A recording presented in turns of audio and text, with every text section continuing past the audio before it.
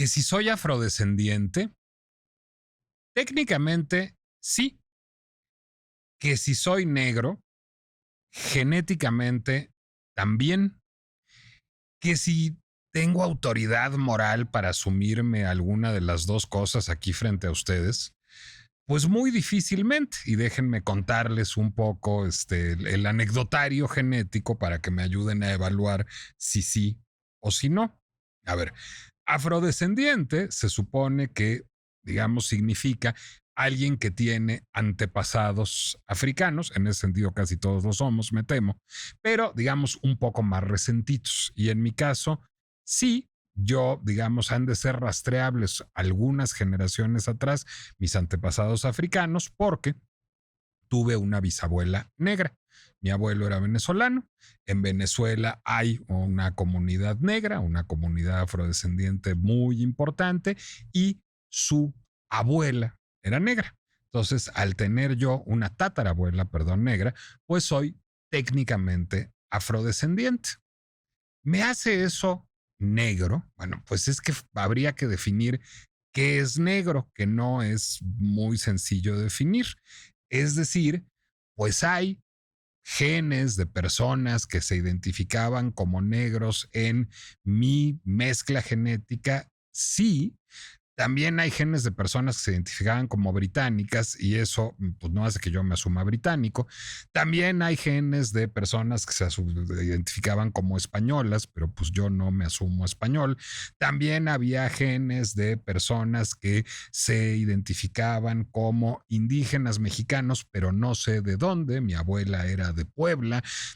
Pues lo que me asumo fundamentalmente es un mestizo mexicano de origen venezolano, porque mi abuelo, como lo dije, era venezolano.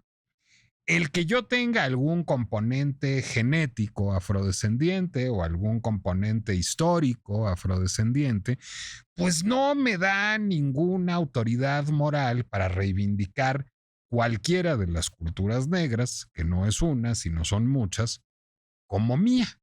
De entrada, la cultura negra de la que yo sería descendiente es una que me es particularísimamente desconocida, porque teniendo un abuelo venezolano, yo nunca he pisado Venezuela. Entonces, ¿cómo son las comunidades venezolanas afrodescendientes? ¿Son de una sola manera o son de varias maneras? Pues no tengo la más peregrina idea. Es decir, mi relación con ellas es bastante tenue. Es una anécdota, digamos, de mi desarrollo familiar. ¿Alguna relación tengo con la cultura venezolana? Ahí sí.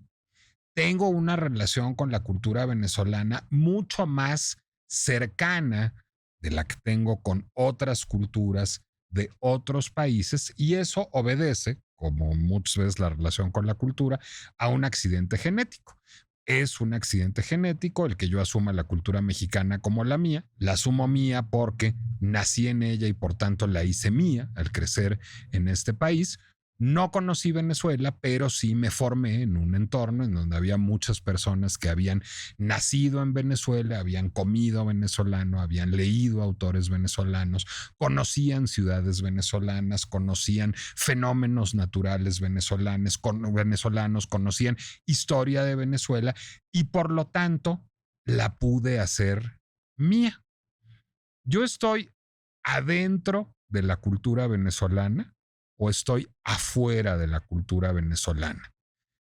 Estoy un poco adentro, aunque no totalmente adentro. Alguien que hubiera nacido, crecido y vivido en Venezuela estaría completamente adentro de la cultura venezolana. Habría que ver de entrada qué es la cultura venezolana y si hay una cultura venezolana o varias culturas venezolanas. Yo estoy un poco más afuera que cualquiera de esas personas, pero un poco más adentro que cualquier persona que fuera ajena a la cultura venezolana. Por no hablar de mi muy complicada relación con la cultura francesa. Yo no soy francés, no tengo un gen ni una gota de sangre francesas en mis venas y sin embargo yo tuve una educación francesa de los 3 años a los 18 años. Yo nunca aprendí gramática en español, yo aprendí gramática en francés La gramática española que yo sé es una extrapolación de la gramática francesa que aprendí en la escuela. ¿Por qué? Porque toda mi escolaridad de los 3 años a los 18 años se llevó en francés. Mis referentes literarios inmediatos, y yo me dedico a escribir, son eminentemente francófonos. Hay veces que me descubro pensando, no largas parrafadas, pero sí ciertas frases en francés, porque es más cómodo pensarlas en francés, porque las aprendí en francés o porque ciertos campos ideológicos, digamos, los aprendí en francés. ¿Eso me hace francés? No. ¿Eso me hace vivir afuera de la cultura francesa? No. Esa cultura es parcialmente mía. Más que la venezolana, menos que la venezolana, pues ¿quién le va a medir el agua a esos camotes? ¿Qué tan importante sería ahí el componente genético? Porque, por cierto, yo tengo una relación con la cultura duranguense y con la cultura coahuilense. ¿Por qué? Porque mi padre nació en Durango y creció en Torreón.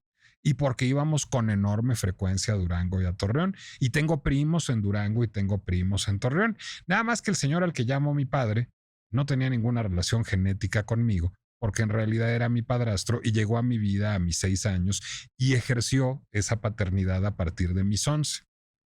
Yo soy duranguense, yo soy coahuilense, un poco sí, es decir, no estoy totalmente afuera de esas culturas, no estoy totalmente adentro de esas culturas. Nunca viví en Durango, nunca viví en Torreón. Es decir, la relación que tenemos con la cultura es extraordinariamente complicada. Porque, primero, nosotros tenemos múltiples y parciales pertenencias, pero también porque la cultura no es un asunto estático. La cultura francesa, mexicana, venezolana, oaxaqueña, duranguense, coahuilense, no es de una vez y para siempre, no es una sola. Hay una enorme serie de intersecciones de todo tipo, de género, sexuales, religiosas, de clase, que van modificando y condicionando esas culturas.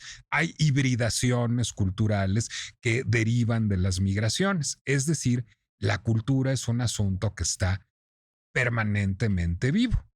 Por lo tanto, cuando hablamos de apropiación cultural, entramos en un campo, no me gustaría decir minado, pero sí me gustaría decir muy rico y muy complejo en términos intelectuales. Yo me acuerdo, por ejemplo, de una época en que hubo una gran polémica por una campaña de un perfume de Dior que se llama Sauvage. La imagen de Sauvage, de hecho ya hemos hablado de Sauvage alguna otra vez aquí, pero no por razones de apropiación cultural, sino por razones del Me Too, era Johnny Depp, pero este era un Johnny Depp antes del Me Too. Todavía nadie le objetaba nada de su vida amorosa a Johnny Depp, sino más bien, pues Johnny Depp, esta estrella de Hollywood, era la imagen de este perfume francés que se llamaba Sauvage, y toda la imagen de marca de este perfume, que quiere decir salvaje en español, pues hacía referencia a distintas comunidades de pueblos originarios de los Estados Unidos con danzas tribales, con instrumentos musicales, con trajes, digamos, característicos de estas culturas. Y esto generó un enorme escándalo en su momento. Y Johnny Depp salió a decir, pues, ¿cuál es el escándalo si mi abuela era cherokee? Pero más aún, Johnny Depp, cuya abuela era cherokee en efecto, es miembro honorario de la nación comanche, la que fue recibido, por la que fue adoptado en el año 2012. Eso hace de Johnny Depp un integrante de los pueblos originarios estadounidenses y legitima plenamente el uso que hace Dior, una empresa transnacional francesa, de la imaginería de los pueblos originarios estadounidenses. Me temo que no. Me temo que permite tener una discusión un poco más rica y un poco más compleja, pero fundamentalmente el me temo que no tiene que ver con algo muy sencillo. Sauvage es uno de los perfumes masculinos mejor vendidos del mundo y evidentemente pues habría en este caso un lucro derivado de la apropiación de esos elementos sin una compensación financiera para quienes originaron esos elementos.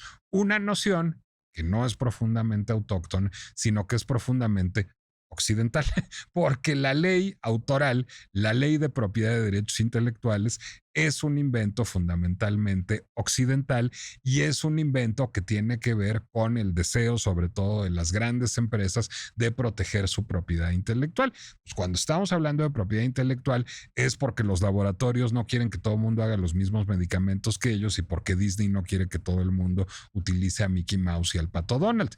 Y sin embargo, lo que es parejo no es chipotudo. Si esa ley aplica para Disney y aplica para Pfizer, esa ley aplica también para los navajos o esa ley podría aplicar también, para entrar al caso que nos ocupa hoy, para ciertos pueblos originarios mexicanos en la producción de objetos de factura artesanal y en su apropiación por conglomerados globales. ¿Qué nos tiene hablando de esto?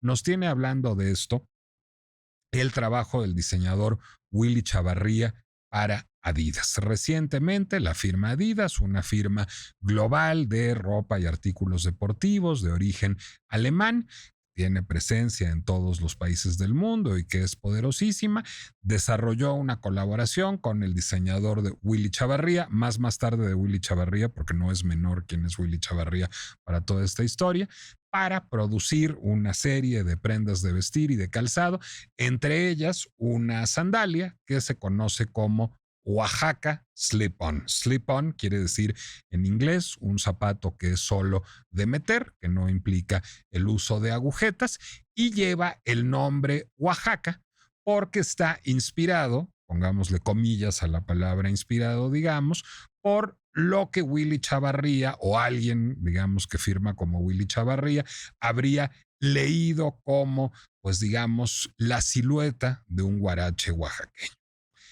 El asunto es que, digamos, causó revuelo muy pronto porque lo primero que sucedió es que una comunidad de Oaxaca, una comunidad particularísima de Oaxaca, la comunidad de Yalalaj, realizó un exhorto a Adidas y a Willy Chavarría protestando, digamos, por la producción de este zapato y, digamos, exhortándolos a detener su distribución y a compensar adecuadamente a esta comunidad, porque esa comunidad hace guaraches con el diseño que, pues más que inspirar, digamos, resultó directamente en la producción de esta sandalia de Adidas. Esta sandalia de Adidas es básicamente un guarache oaxaqueño al que se le sustituyó la suela por una suela de tenis. Bueno, a partir de eso, sin embargo, se sumaron las voces a hablar al respecto. Primero, el gobernador de Oaxaca, Salomón Jara, que salió muy orondo a decir que sí, que qué barbaridad, que Adidas era malo, malo y que iban a buscar la restitución. Y luego la secretaria de Cultura, Claudia Curiel, salió también a hacer un exhorto muy airado. Y luego la presidenta Claudia Sheinbaum llevó el exhorto más airado y entonces empezamos a ver los titulares en donde todos los políticos mexicanos empezaron a decir que Jesús, Jesús, qué horror, que apropiación cultural, todo esto mientras muchas de estas funcionarias luego traen ahí unos huipiles que quién sabe de dónde salieron, pero que lucen con mucho entusiasmo. Y afortunadamente, en medio de todo este debate, llegó una voz sensata y una voz que reencauzó las coordenadas del debate, que es la voz de Yasnaya Elena A. Gil. Yasnaya es una voz frecuente en los medios de comunicación, es una lingüista que se ha especializado, digamos, en asuntos relacionados con las culturas de los pueblos originarios de nuestro país y que lo que salió a decir es, a ver, esta denuncia que hace el Estado mexicano de la apropiación cultural de Adidas y de Willy Chavarría, pues resulta un poco irónica, dado que el principal apropiador cultural de lo que hacen los pueblos originarios en nuestro país es el Estado mexicano. Y hay aquí un ejercicio de una doble moral.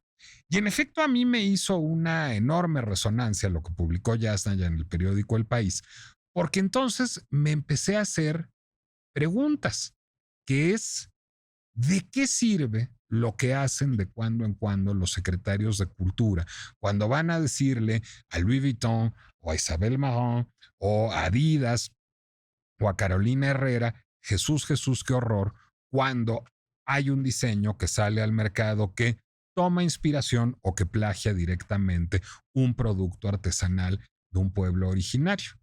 ¿A quién le sirve eso? ¿Le sirve eso a algún artesano? ¿Le sirve eso a alguna comunidad? ¿O le sirve eso a la secretaria de Cultura en turno, al gobernador de ocasión, a la presidenta que necesita una declaración en la mañanera? ¿Qué hacemos con la apropiación cultural? ¿Existe? ¿De existir es siempre mala? ¿De ser siempre mala hay manera de que redunde en un intercambio cultural beneficioso? Y a todo esto, ¿cuál es el rol del Estado frente a fenómenos de apropiación cultural? ¿Es sano para las culturas aislarlas unas de otras y buscar que se limite la reproducción de sus diseños, de su producción intelectual solo a sus propias comunidades? ¿O esto debe ser incluso fomentado dentro de un marco de políticas públicas de intercambio cultural? ¿Cómo lograr que el Estado sea un garante de la propiedad intelectual sin lucrar políticamente con una presunta defensa de derechos que nadie les ha pedido? Esa es la pinche complejidad de un guarache que alguien tiró y nadie quiere levantar.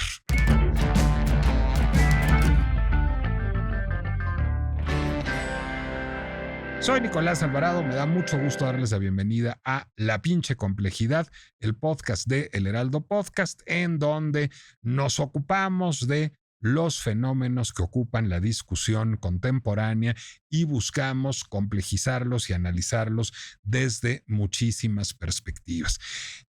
Me da mucho gusto, pues ya quemé el anuncio de la invitada, es Yasna Yaelena A. Gil, lingüista, colaboradora del País, experta en temas culturales y en temas de apropiación cultural también, y un interlocutor, diría yo, muy necesario en un momento en que pareciéramos estar, digamos, pues insertos en un escenario de pánico moral y en donde los políticos muy rápidamente buscan hacer su ganancia de pescadores de estos ríos revueltos. A ver, Yasna, te voy a decir cuál es mi lectura del asunto, a ver qué tanto la compartes y qué tan en desacuerdo estás conmigo. A mí me parece que la apropiación cultural es, digamos, inevitable. Es decir, la cultura es algo que está en juego, algo que está en diálogo todo el tiempo, y me parecería muy peligroso buscar, digamos, reducir el radio de acción de una cultura y de sus productos a una comunidad, por pequeña o por grande que sea, sino me parece que la cultura, como puede florecer, como puede crecer y como puede derramar beneficios a su comunidad de origen y al mundo, es poniéndose en juego. Pero también me parece que hay un tema, hay una palabra que no ha figurado en este debate que me parece muy importante, que es la palabra extractivismo. Es decir, Adidas es una empresa global gigantesca. No hay un diálogo entre pares, entre esta o muchas otras comunidades que producen guaraches en el país, porque los guaraches no son solo de esa comunidad, pero no hay, digamos, una situación de paridad política o económica entre Adidas y una serie de pueblos indígenas que no gozan de todos los canales de distribución y comunicación para que su trabajo sea valorado y comercializado, y por lo tanto hay una lógica extractivista. No me parece lo mismo, me parece reprobable, pero no me parecería lo mismo que Willy Chavarría hubiera utilizado solo la referencia para su colección personal. Y aquí me parece importante hablar de quién es Willy Chavarría. Willy Chavarría es un diseñador México-estadounidense, hijo de un trabajador migrante que se dedicaba a hacer trabajo agrícola en el estado de California, es gay abiertamente y se ha dedicado durante muchos años en su trabajo personal, en su colección personal, a reivindicar de manera, diría yo, particularmente sensible la estética chicana, la estética de los cholos, la estética queer, a visibilizar políticamente realidades que resultan muy arteras, como lo que sucede en El Salvador bajo Nayib Bukele en términos de política de seguridad, que fue tema de su último desfile, y a dialogar con comunidades. Entonces, si Willy Chavarría estuviera trabajando solito con el guarache oaxaqueño, a lo mejor estaría haciendo mal en no incorporar a los artesanos, pero estaríamos hablando de una escala de entrada muy distinta a la de Adidas. Entonces, en mi lectura, digamos, no es tanto un problema de apropiación cultural. A mí me parece bien que se pongan esos elementos en juego y que todo el mundo pueda tomar de Oaxaca y de China y de París y de Caracas y de Durango lo que le dé la gana, sino lo que me parece es que hay una práctica extractivista por parte de un conglomerado global que está aprovechando un diseño que es de otras personas y está lucrando con él. ¿Cómo te sitúas tú frente a este mapa que quise poner? Bueno, primero, muchísimas gracias por la invitación y por esta conversación constante. Me encanta el nombre del podcast porque sí, todo es bien pinche complejo y Oh, bueno, sí. este tema es complejísimo, ¿no? Tiene demasiadas capas que analizar. Y bueno, muchas gracias por la invitación y un saludo a todo tu auditorio. Y bueno, vamos a tratar de desmenuzar esto. Bueno, yo creo que lo primero que habría que decir, yo creo, es que yo no creo que haya igual, o sea, estoy muy de acuerdo contigo, no hay culturas que son las culturas no son cajas con límites claros. Yo lo pienso más bien como mareas, ¿no? O como estas escalas de color en donde no sabes bien dónde empieza el naranja y dónde termina el rojo, dónde termina el amarillo y empieza el verde. Es decir, hay un degradado y que no hay culturas puras en el mundo, ¿no? Eso es clarísimo.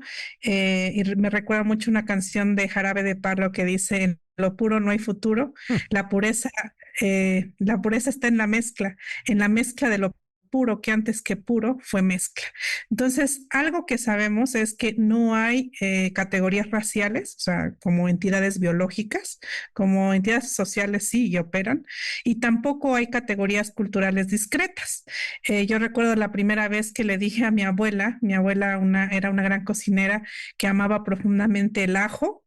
Como parte de la cocina mije, y la primera vez que le dije que ni la palabra en mije para ajo, arroz, ni el ajo eran mijes, que habían llegado con los europeos, y ella me dijo, me niego a que algo tan bueno no sea mije, ¿no? Entonces, no hay eso, no hay culturas puras y todo el tiempo se está hibridando. Además, si quisiéramos ponerle un dique a eso, no se puede.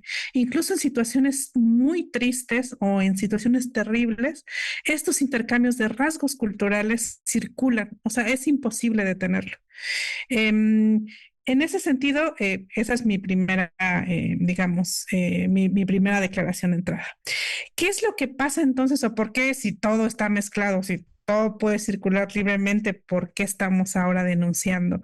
O, digamos, no solo ahora, ¿no? Yo he estado, digamos, involucrada en ciertos procesos para denunciar esto.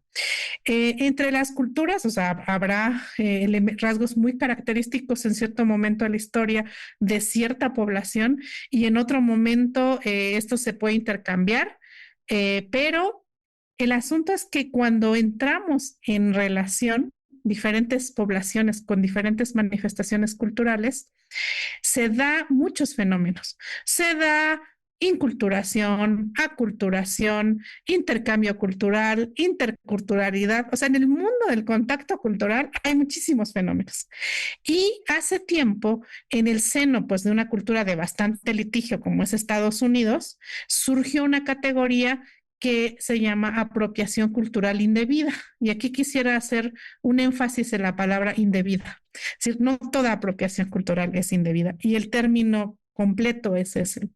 Déjame interrumpirte para hacerte una pregunta.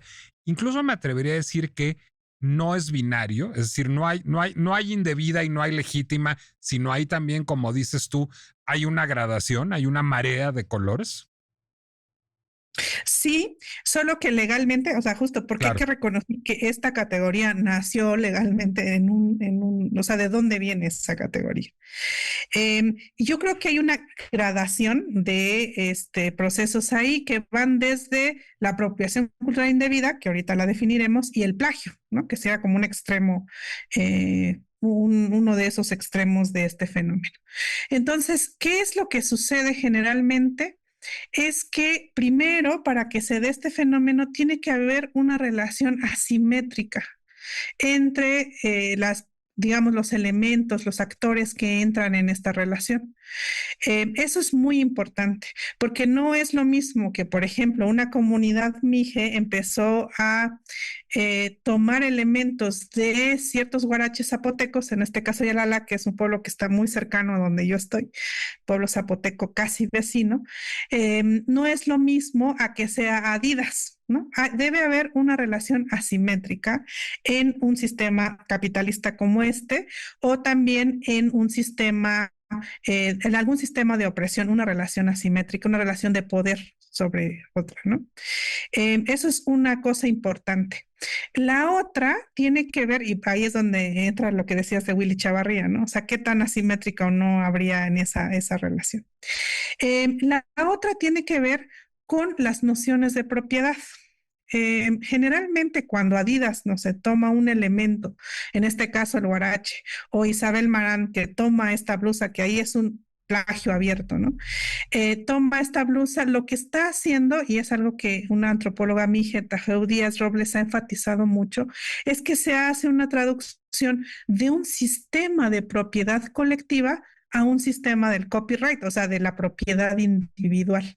Esa traducción va a generar varios problemas. Uno, porque la propiedad colectiva es algo sobre todo de estos elementos culturales que no está, siempre ha funcionado así y que no necesariamente está en la cultura legal en la que sí se mueven Adidas, Disney y todas las marcas, ¿no? Que tiene que ver con registrar la propiedad dentro, pues como una propiedad privada. Hay una traducción de la propiedad comunal a la propiedad privada y eso también es bastante problemático. Y otro tercer elemento tiene que ver con que esta apropiación pasa por la continuidad de una agresión. Es decir, eh, generalmente, eh, en el caso del Estado mexicano, por ejemplo, hay una agresión constante a los pueblos indígenas que pues no voy a abundar más porque es evidente. Es decir, se hizo una serie de políticas para desindigenizar a la población, para que desaparecieran sus lenguas y como parte de esa agresión se toman elementos de ese pueblo para su comercialización. O hay una relación de racismo de ciertos sectores de la población contra los pueblos indígenas, pero cuando ven algo que puede ser vendible o aprovechable simbólicamente, se toma. Yo un poco uso esta metáfora de, haz de cuenta que yo no quiero que existas, te empiezo a ahorcar para matarte, y mientras estoy en ese proceso, me doy cuenta que traes un adorno muy bello, entonces te lo quito. Eso no es un intercambio cultural, eso es como la continuación de esa agresión. En este caso, con todo lo que tiene que ver con el sistema capitalista y los pueblos indígenas, es muy claro, ¿no? Cómo funciona ese sistema con respecto a los pueblos, de los territorios, de los recursos naturales, etcétera. Y entonces esto, aparte de cumplir esos otros dos requisitos, continúa esa parte de la agresión. Y bueno, creo que estos son tres elementos muy importantes que suceden en este fenómeno que lo diferencian de cualquier otra interacción cultural propia, natural que hay entre personas y pueblos. Déjame, digamos, complejizar todavía más el panorama que presentas, aportando dos elementos. Un elemento es, digamos, creo que la identidad del apropiador, y regreso a la figura de Willy Chavarría, no es menor. O si quieres, saliendo de los pueblos originarios de México, déjame ir a otra figura que a mí me es muy cara y admirada, entre otras por razones generacionales, pero que se ha vuelto polémica últimamente, que es Madonna. Es decir, Madonna tomó mucho de la cultura queer, Madonna tomó mucho de la cultura negra, Madonna tomó mucho de las culturas latinoamericanas para la construcción de todo su discurso. Pero en el caso de Madonna, nunca hubo, digamos, nunca escatimó el crédito, sino al revés, buscaba que esto se pusiera en circulación cultural. Esto viene de la cultura del voguing y de los bailes del underground gay. Esto viene de Harlem y de la cultura negra. Esto viene de la cultura puertorriqueña. Es decir, había una identificación de esas fuentes, lo mismo que en Willy Chavarría. Willy Chavarría, de hecho, lo que busca es reivindicar una identidad propia. Si bien Madonna no pertenece a una minoría cultural, sino simplemente ha buscado poner en valor el trabajo cultural de las minorías culturales, valga la redundancia, Willy Chavarría sí reivindica de manera personal la estética y la producción cultural de una minoría. Entonces te diré que donde yo veo extractivismo en Adidas, o sea, donde veo así cinismo mondo y lirondo, o sea, a ver este guarache, pues órale, pues ponle una pinche suela de tenis y vamos, y ponle la firma de Willy Chavarría y vamos a hacer un lanal. En el caso de Willy Chavarría lo que veo es torpeza y si quieres, estoy especulando, pero ni siquiera veo mucha acción del diseñador, sino lo que veo es que probablemente firmó un acuerdo de licencia de uso de su nombre con Adidas que le dio un lanal para hacer sus propias colecciones y que no prestó atención, y creo que ese es su error trágico, digamos, en toda esta historia, porque el tema le es caro, porque el tema le es importante, a un producto que fue hecho sin visión alguna de sustentabilidad, porque me acordaba yo de dos casos que seguramente conoces, de dos diseñadores europeos. En algún momento, Christian Louboutin, famoso diseñador de calzado francés, se ve seducido por los bordados yucatecos y lo que dice es yo quiero hacer una colección de zapatos y bolsas con bordados yucatecos, pero no se los fusila, sino viene a colaborar con las artesanas yucatecas. Entonces dice, oiga, mire, yo hago estos taconazos y yo hago estas bolsas, ¿cómo colaboramos? Y hay una compensación, asumo que justa, es decir, luego había los videos donde se veían todos muy contentos, por esa colaboración. El otro caso que seguramente conoces porque es mucho más reciente es el de María Grazia Chiuri, hasta hace muy poco diseñadora de la Casa Dior en Francia, que dice yo quiero usar bordados poblanos.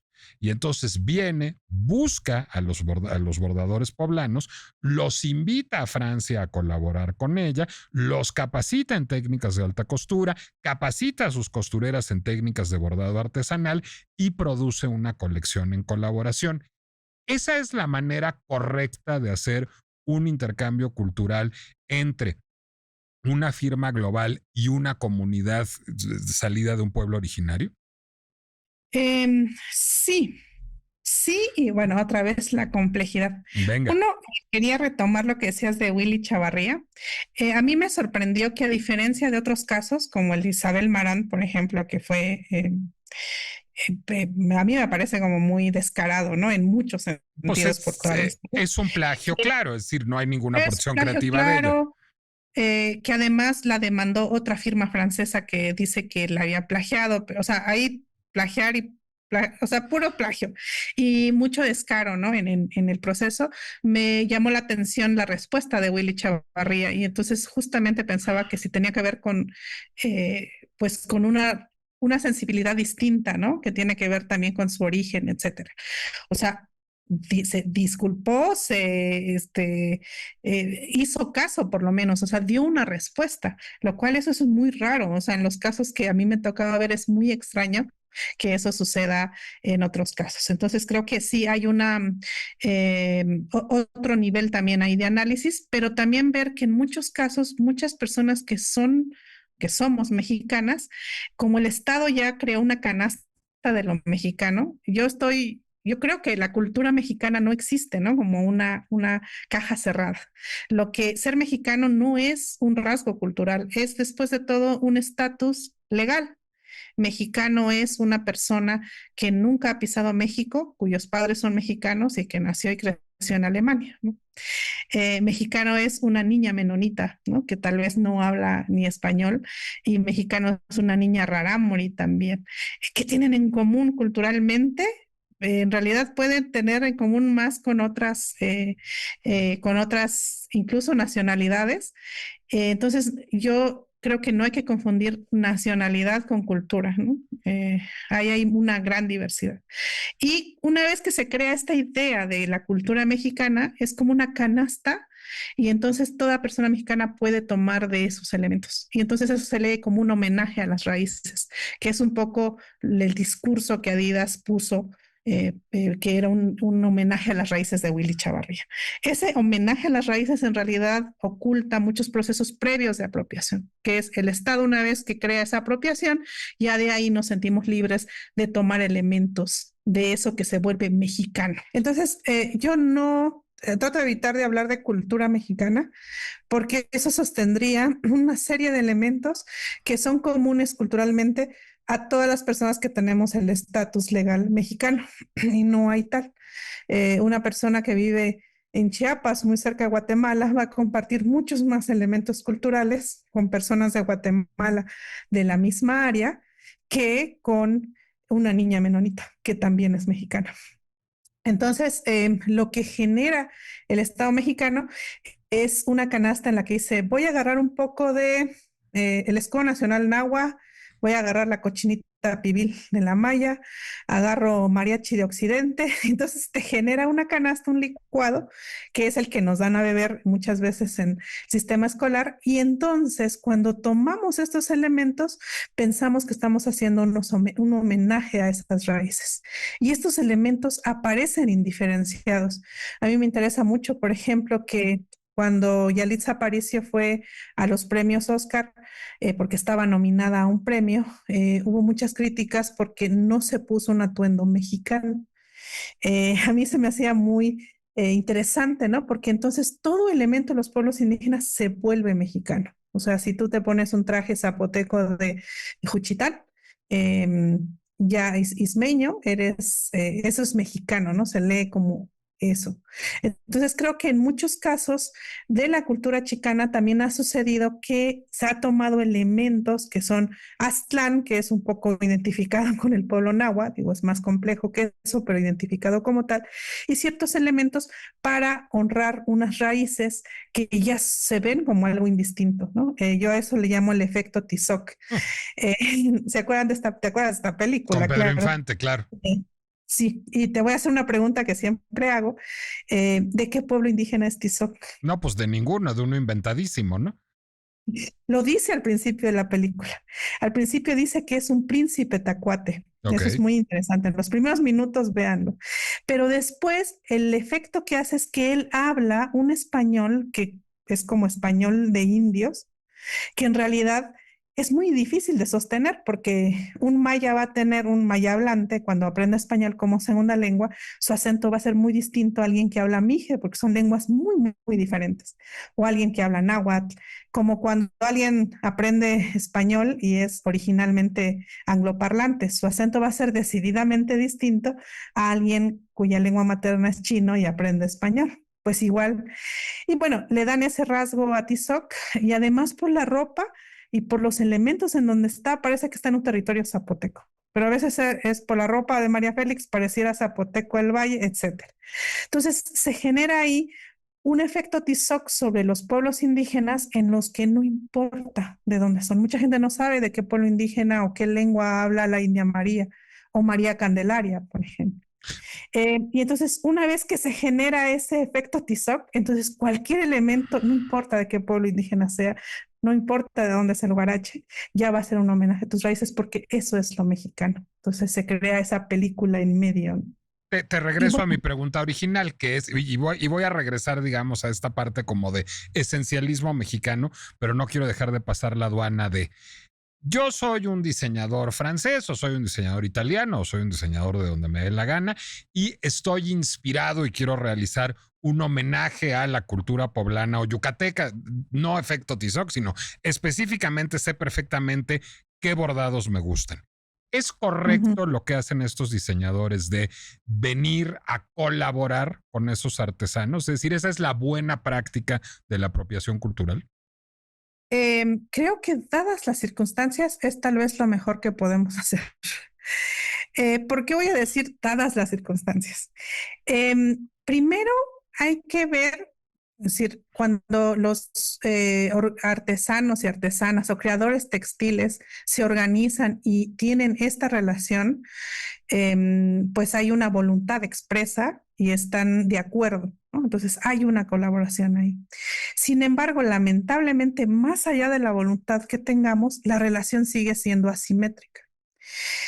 Primero por el capital, o sea, no es que un creador textil de Tlahuitoltepec fue a Francia y dice, qué hermosos encajes de Bruselas o no sé, a Bélgica, ¿no?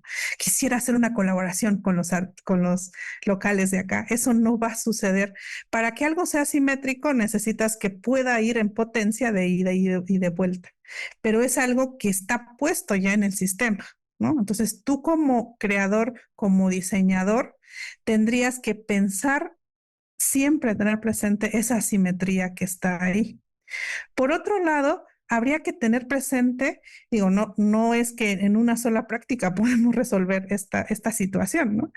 Este sistema en el que estamos insertos es que, y esto es muy, muy importante y que hay que ver, en una comunidad, supongamos que yo soy una creadora textil y se me ocurre poner un nuevo color, una innovación. Y tú también eres un creador textil, te gusta y entonces tú lo copias y le pones otra cosa. Yo no te voy a ir a reclamar porque así son las dinámicas. Es un poco parecido, y esto me gusta mucho, a la tradición oral o al jazz. Es decir, yo he escuchado Autumn Leaves en muchas versiones, nunca es la misma, o sea, la improvisación siempre es distinta. Incluso hay otras que son, que hasta dudo que sea la misma pieza. Entonces, hay una base común, pero sobre la que vamos interviniendo, improvisando, etcétera. Pero qué ¿Y buen qué? ejemplo pusiste, Yasnaya, porque si vamos interviniendo e improvisando sobre Autumn Leaves, pues los herederos de Jacques Prévert sí se llevan una lana porque el señor compuso la canción. Es decir, ese es el paso que está saltado por Adidas. Exactamente. Y además, aquí no está registrado. O sea, es una lógica y eso es a veces difícil de explicar para las personas que están acostumbradas a las leyes de protección dentro del capitalismo. Es que no está registrado y eso es lo que esta nueva ley que hablaremos más adelante está tratando de resarcir o, bueno, de equilibrar. Es que no, a nadie se le ocurrió patentar o registrar la blusa de Tlahuitoltepec, porque aparte, ¿cuál registras? Hay muchas versiones que están todo el tiempo cambiando. Es como en la tradición oral, ¿quién es el dueño? ¿Quién es el autor de Mio Cid? Pues nadie, ¿no? O sea, es una colectividad. Y bueno, ahora nos habrá llegado un registro, ¿no? De uno de esos juglares, pero seguramente era mucho más complejo.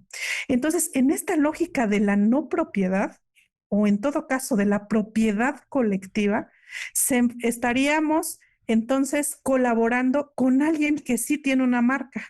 O sea, que tiene, y con todo lo que eso implica. Entonces, ahí hay otra asimetría bien interesante. Vamos a suponer que tú y yo decidimos colaborar con Dior, pero tú y yo solo somos dos de muchas personas que ostentan esa propiedad colectiva. Y no solo tú y yo que creamos esas blusas, sino que esa blusa existe o ese bordado existe porque hay un montón de mujeres que lo utilizan cotidianamente y que tiene un significado para ellas. Entonces, la gran pregunta aquí es que sí estamos focalizando a artesanos, a creadores textiles, pero a diferencia de la lógica en el sistema occidental, aquí no son las únicas que ostentan esa propiedad colectiva. Entonces, ¿con quién hablas? ¿Con quién haces la colaboración? Eso es algo que genera muchas dinámicas muy complejas porque están chocando dos sistemas muy distintos de esa creación textil. Y bueno, y entonces a veces sucede que Dior colabora con unas artesanas o unos creadores textiles, unas bordadoras, pero el resto dice, híjole, a nosotros nadie nos consultó y eso no es tuyo, ¿no? Ni es mío, es de toda esta colectividad. Y aquí es donde entra lo del guarache, ¿no? Es toda esta colectividad de personas que al parecer por el tipo de guarache, parece un guarache analteco, yo los conozco, pero ya ahorita salieron voces de Zaguayo, del Bajío, y a decir, oigan, también no solo es oaxaqueño, fíjense. Y entonces justamente como no hay la titularidad de esta propiedad colectiva, la tienen no solo los creadores textiles, sino que esos creadores textiles o esos artesanos la han seguido produciendo y la producen porque hay una comunidad a la que le significa, la que usa, y en muchos casos no solamente es una mercancía, sino es símbolo de otras cosas, que es lo que ha pasado con Vicky, no, ¿sí es Vicky Ford? No, Victoria's Secret, que hizo una pasarela en donde se puso tocados de plumas de pueblos indígenas sin su consentimiento, sin nada, en donde no estaba vendiendo el tocado, pero lo estaba utilizando en otro evento cuando tiene un significado muy particular para ese pueblo y uno muy sensible, ¿no? Si luego aquí se infartan cuando, eh, no sé, pasan cosas con símbolos religiosos, pues un poco era algo similar, ¿no? Y no solo porque era religioso, sino ritual, identitario, etcétera. Entonces, la pregunta yo, si eres ese diseñador de Diores, hay que preguntarse esto. Y luego otro elemento que ahorita quisiera poner en juego también. A ver, ahí te va el elemento que yo quiero poner en juego ahora. Yo tengo ahí menos problemas con Dior que con el Estado mexicano, igual que tú. Es decir, pues si yo soy Cristian Louboutin o yo soy María Grazia Chiuri y quiero hacer una colaboración con Yucatán o con Puebla, pues voy y me consigo a los primeros artesanos de Yucatán o de Puebla que pueda yo encontrar. Porque el Estado mexicano es omiso ahí, Yasnaya, y ese es justo ahí mi problema. Les gusta mucho a las secretarias de cultura o a los gobernadores o a las presidentas salir a decir Jesús, Jesús, qué horror, lo que se traduce en nada. O sea, se traduce en que el funcionario tiene una noticia, qué valiente la secretaria, el gobernador, la presidenta, se enfrentó al conglomerado global de lujo, pero eso no beneficia en nada a la comunidad y no beneficia en nada a sus artesanos. Es decir, la posibilidad de vivir de su trabajo artesanal sigue siendo igual de mala. Y creo que eso tiene que ver, y voy a regresar a Yalitza y a los Oscars, con un esencialismo cultural. Decir que Yalitza hubiera debido ir con un enredo a los Oscar no ayuda en nada a la causa de las comunidades que están haciendo trabajo artesanal. Crear una marca que busque fomentar el trabajo de artesanos textiles, recuperar tradiciones y ponerlas en juego en el sistema de la moda y que sirva de interlocución con los grandes conglomerados globales para generar diálogos al tú por tú, eso sí serviría. Es decir, lo que yo siento es que el Estado es omiso en términos de impulso a la artesanía como medio de vida sustentable para las comunidades y como dignificación y puesta en juego de un saber, de un conocimiento que no es una pieza de museo, sino que está vivo y que debería tener las mejores condiciones posibles para su diálogo cultural. Esa sería mi visión del Estado ahí. Sí, no, no, Venga. otra vez. Por un lado, bueno, se creó esta ley justamente un poco de todo esto que sucedió, la ley que protege el patrimonio, que no tiene dientes. La pregunta es, tú como Estado mexicano, vamos a pensar que puedes, por ejemplo, por un lado,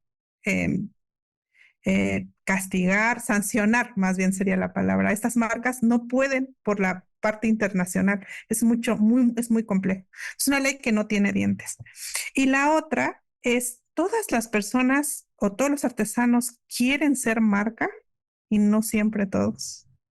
Es decir, en muchos casos, porque no solo son los artesanos, ¿no? Y eso creo que es muy Entiendo. importante de ver. Los artesanos sin la comunidad que la usa, no, ni siquiera ya existiría y muchos elementos se han perdido así porque dejaron de ser lo que eran para sus comunidades.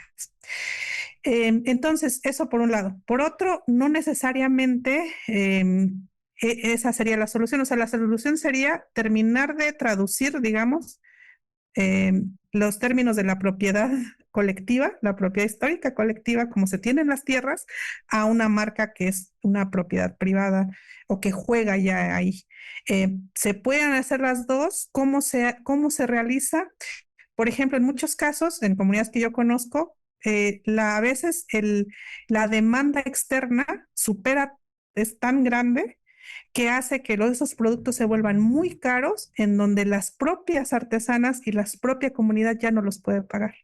O sea, empieza a generar una especie de un despojo muy interesante, ¿no?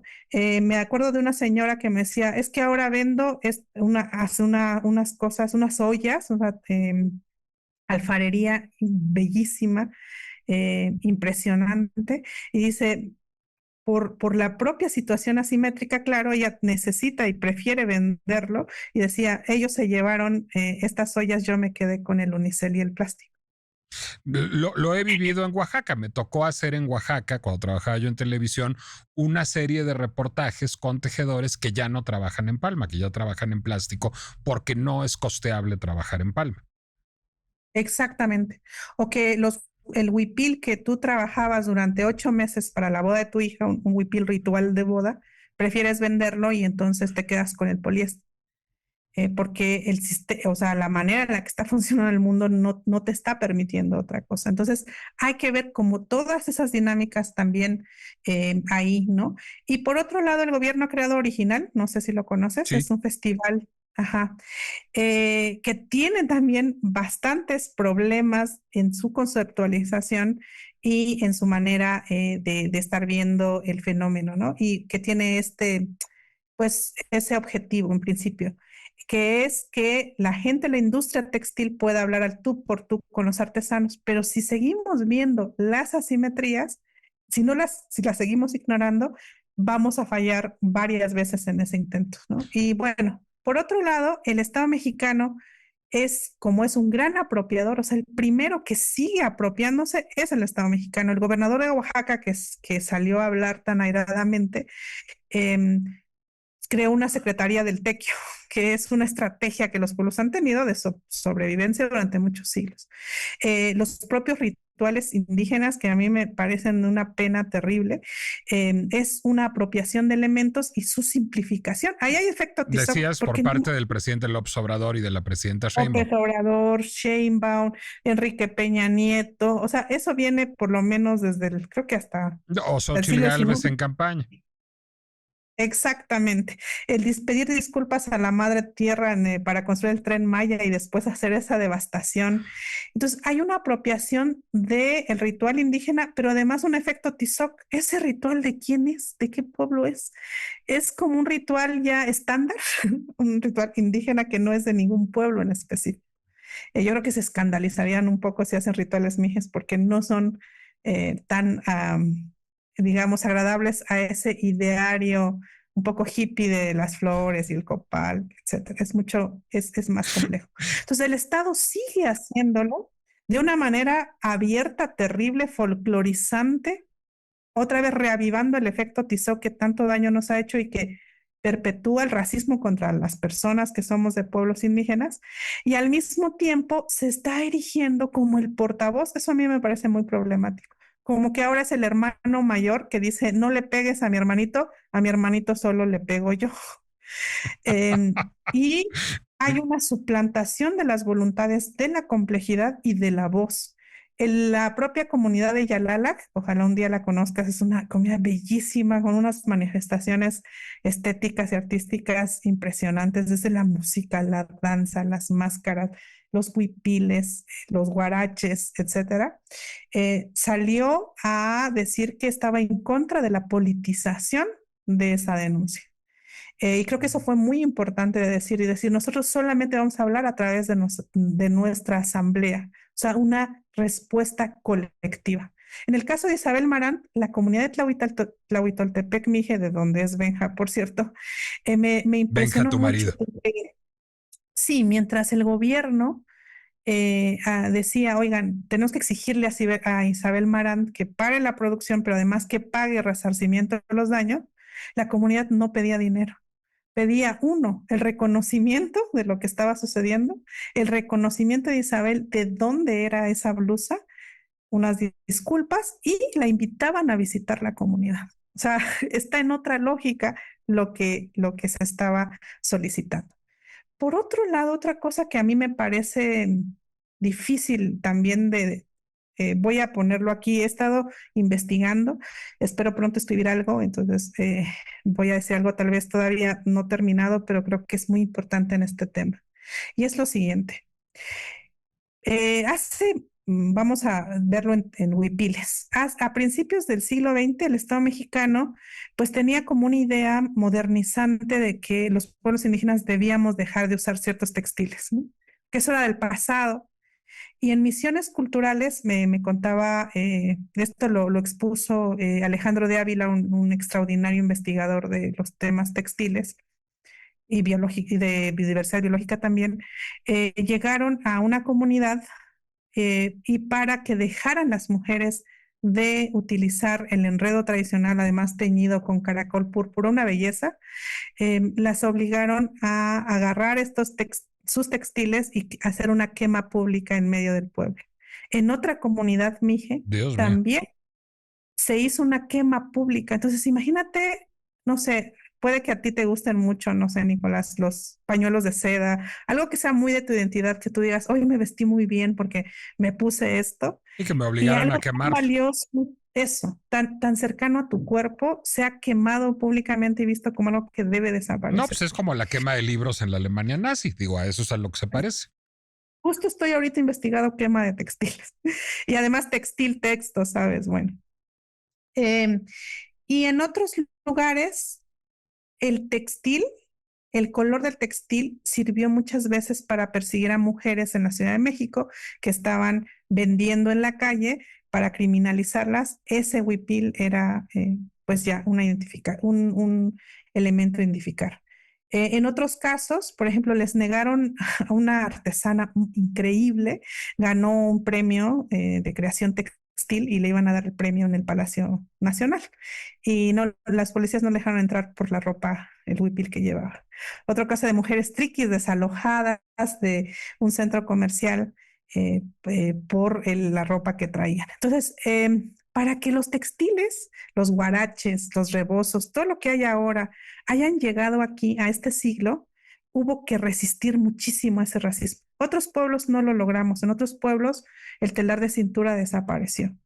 Pero los pueblos que conservan hasta ahora, lo usan, tuvieron que resistir a esas quemas, o sea, a un montón de racismo. Hay una inversión de resistencia muy brutal.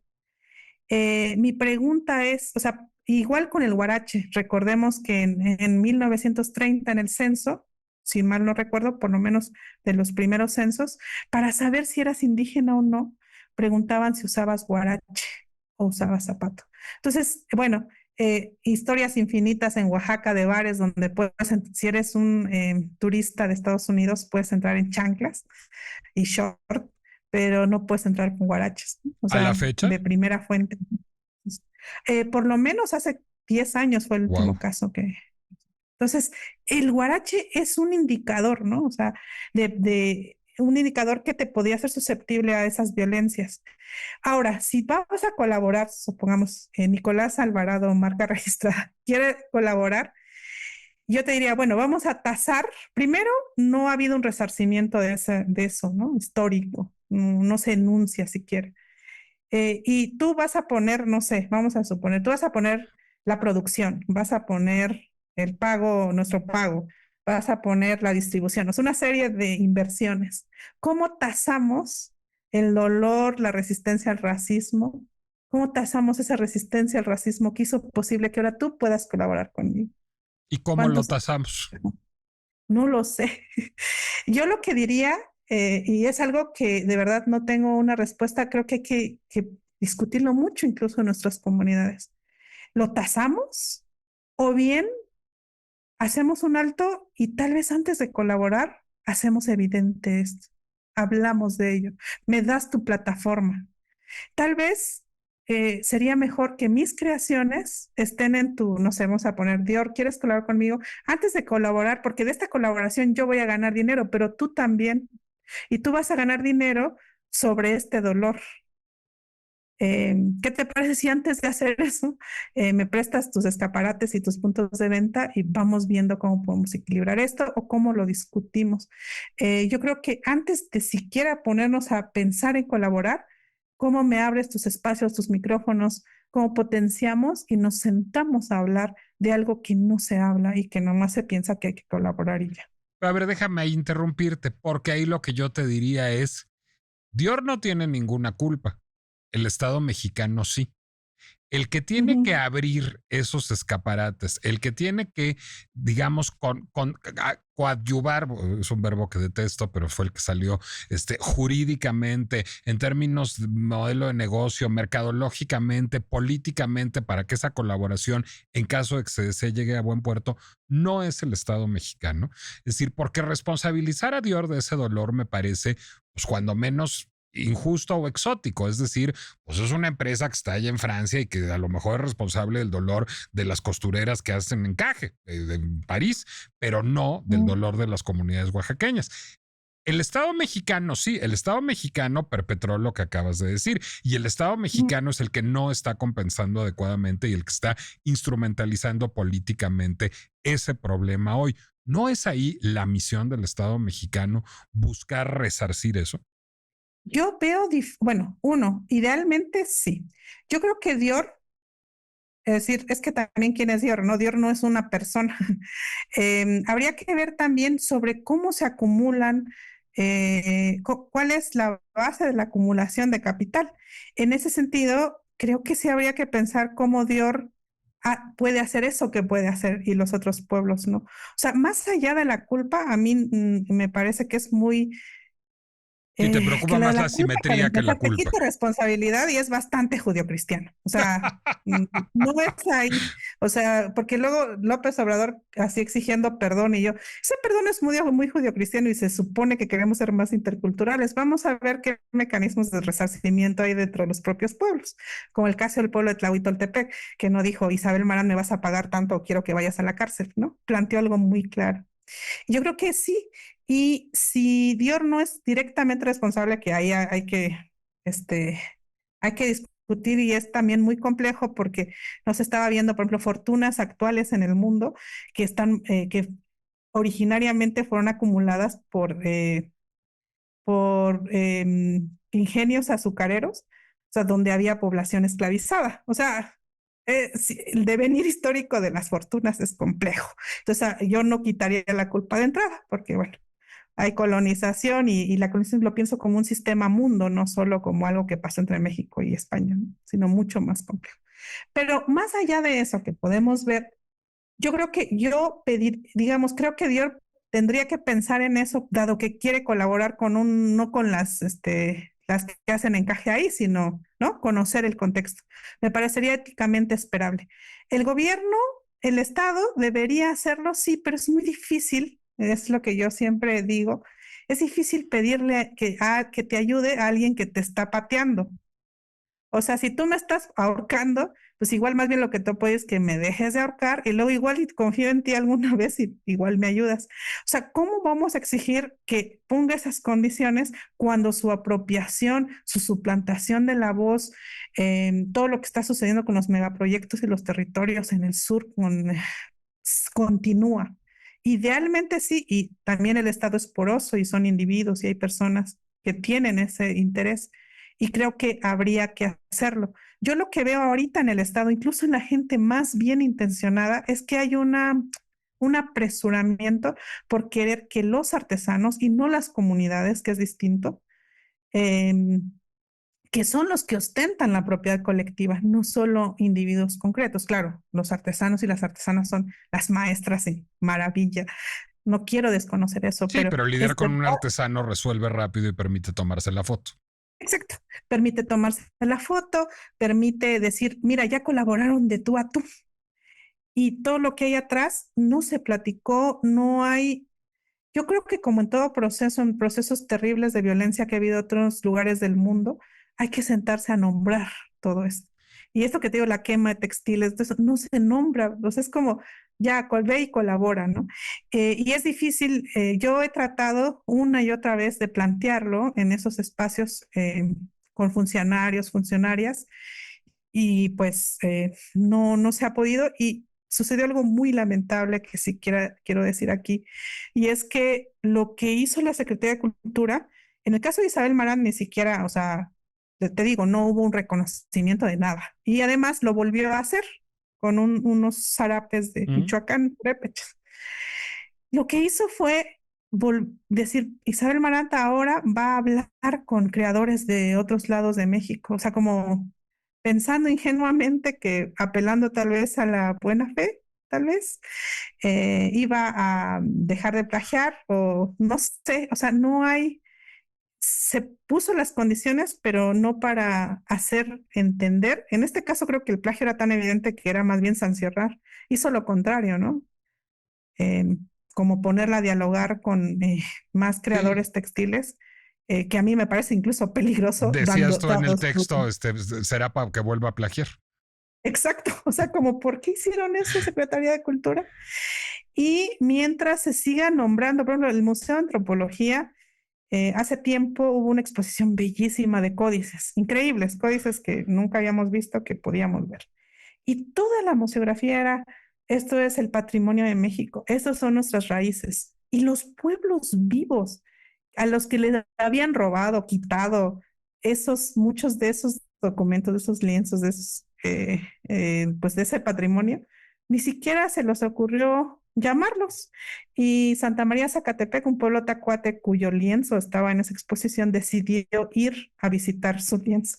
O sea, esto significa para pueblos en concreto, pero el nacionalismo, ese esencialismo del que hablas, estorba muchísimo para esa discusión. Entonces, antes de siquiera pensar en cómo nos vamos a relacionar con Dior, ¿por qué no vamos poniendo la mesa para hablar de estos temas en relación con el Estado mexicano y con esta pretendida cultura mexicana y el efecto Tizot? Yasnaya Elena Gil, ¿dónde podemos seguirte en redes sociales y dónde podemos leerte? Bueno, hace tiempo, justamente por todas estas circunstancias, abandoné Twitter, entonces pues ya no nos podemos ver por ahí, pero me dijeron que se ha puesto muy feo, no sé qué pienses tú, Yo Nicolás. pienso que siempre fue muy feo, yo nunca he andado por ahí, yo nomás en Instagram. Bueno, yo también en Instagram, nos vemos por ahí. ¿Cómo te Subí llamas en fotos Instagram? @Yasnaya E. @Yasnaya E. ¿Y dónde podemos Y en leerte? Facebook, mi Facebook es público y lo uso para hablar muchas de estas cosas. Es Yasnaya Yasnaya Elena Aguilar. Gil. Y Elena Gil en Facebook, Yasnaya, digamos, la extensión es Yasnaya Aguilar, pero mi nombre ahí es Elena Gil. Y estoy generalmente cada 15 días en el país escribiendo de estos y otros temas que me inquietan. Ahí te seguiremos leyendo, querida Yasnaya. Yo soy Nicolás Alvarado. Me pueden seguir en Nicolás Alvarado Lector en Instagram y en Threads y leer en El Heraldo de México todos los miércoles. Les recuerdo que La Pinche Complejidad es una producción del Heraldo Podcast que pueden consultar en Spotify, Apple Music, Amazon Music, Deezer, YouTube o cualquier lugar donde acostumbren ustedes escuchar podcasts. Y un apunte al calce. Además de ser extractivos, además de ser irrespetuosos, pues aquí entre nos, esos guaraches de Adidas eran horribles. Nos escuchamos la próxima.